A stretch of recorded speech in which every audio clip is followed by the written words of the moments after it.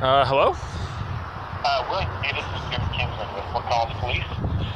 Hey, Kinsman, what is going on? How's my friend? How are you? Oh, it could be better, could be worse. So Pretty busy these days. Are you busy? Oh, yeah, man, we got pretty good appeal coming along with this attempted influence. It's pretty bad. There was, but yeah, that's all, through the appeals courts and whatnot, but... Is that through our jurisdiction or another one?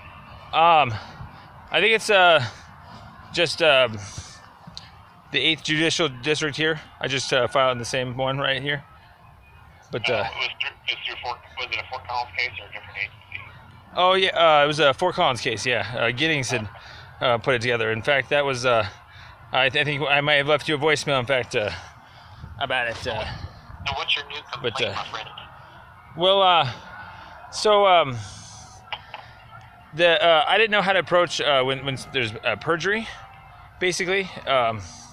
If someone perjures on the stand, and then basically, or two people do, or whatever, and there's evidence that says otherwise, and so, like for instance, Giddings had said that he had made certain reports in a certain order, had reported them and filed them, and I just happened to have noticed in my discovery that there were a very specific types of things that were out of order, where he had started one document and then basically didn't fill that out, didn't fill the other one out, never had filled out the Occupy Jefferson paperwork, and then basically in the end had filled out the attempting to influence paperwork first, and then had filled out the next day, like the 30th, like 2 weeks later, the Occupy Jefferson paperwork.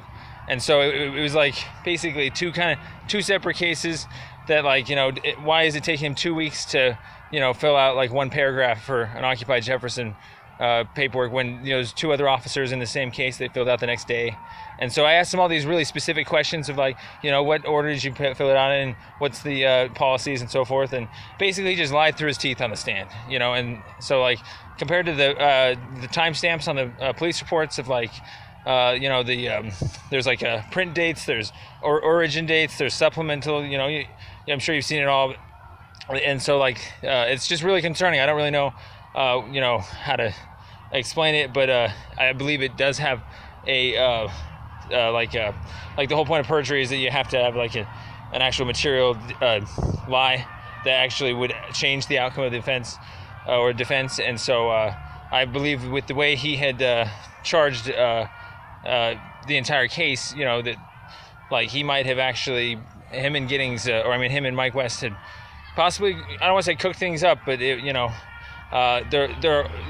real quick here. They basically had to also say that there was a citizen's arrest that happened, at a certain time frame within the audio, and then, like, of the actual audio of the camping event of this ticket I was just getting, there literally is no actual citizen's arrest.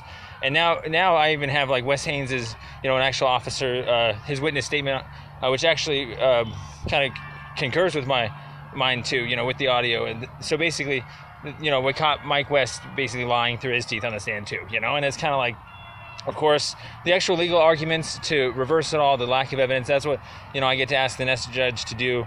But in the meantime, there's officers that clearly are just lying left and right. I mean, so I don't know how to file perjury charges, or who to approach and so forth and so on. So, here's how, this is what you need to do.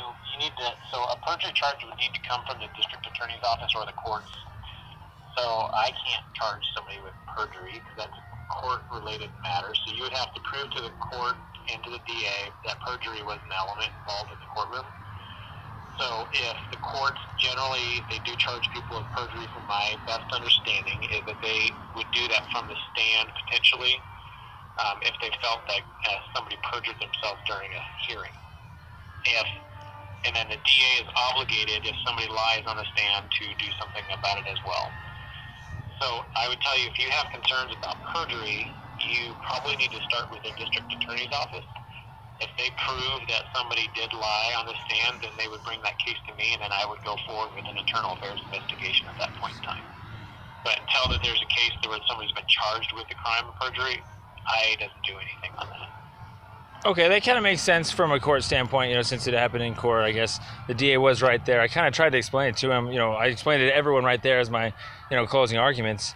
But I think you actually helped me hone in on what I'm trying to get at. Also, is according to like the actual police reports themselves of Giddings, them being factually correct based upon what the evidence is presented. Like he definitely violated Fort Collins Police Services policies about how you fill out paperwork. That if it's accurate and so forth. Buddy, here's the thing: is that has been gone over and discussed, and we're not going to go over that again. The only thing that I'm willing to listen to you about today, William, is if you do have a complaint and you'd like to go talk to the DA's office about that regarding perjury. That's your only avenue at this point, okay? Okay, I guess. Yeah, sure. I guess the real question is the other kind of charge out there, like submitting a false document for recording. I guess is that thrown into the same mix? That it's all got to go through that same channel? Every single one of those charges? Yeah. And so I guess it's all the DA's at this point. So, but you guys handed it over. But anyways, hey, guess what? The trespassing case. So sorry, what was that? How's your brother doing? He's still with me. Just we're shell out paperwork. I guess he's okay. Are you guys here in town, or are you in another city? We're kind of hanging out in Longmont these days. That's cool. But yeah, our van is having some issues, so it's a pretty safe spot though. But hey, I got actually another question for you. The trespassing case, it just recently dropped. So I'm just kind of curious how you had come to the conclusion that the case had been dropped without actually it being dropped, in the report that you gave me. That's like some pretty stellar, intellectual dishonesty. I got to throw that out there real quick. All right, buddy. I'll talk to you later. Oh, come on, the trespassing case, man. Think about it. No probable cause, man. No arguable probable cause. I'm just saying, you guys totally had the opportunity to charge people on this and so forth, whatever. Hey, William. So here's the thing, my friend. It took 2 years for you guys to drop that crap. That's ridiculous. Buddy, can you listen to me? Sure. I'm more than willing to be cordial with you and talk to you about things that you have questions about and help you with parts of the process that you need to help you understand and work through some things that you're trying to deal with. I'm not going to have you call and be insulting and rude to me on the phone about things. So if you would like to have polite conversations, we can do that. If you want to be aggressive and kind of try to just prod at us instead of just kind of working through things like adults, that's not necessarily what I would recommend, because I don't have to entertain that. Okay. So if you have questions, I'll help you. Other than that, buddy, I am not going to sit here and rehash things that have been hashed out already. Okay. The problem with that is that William, I'm going to go, my friend, because I've got some other things to do, and we have had plenty of time to talk today. Okay. Yeah, well, I still am convicted of being outside of a park that Giddings still lied about. You got a map for a parks department. Is that not a violation of your guys' policies or not? He lied in the court about that too.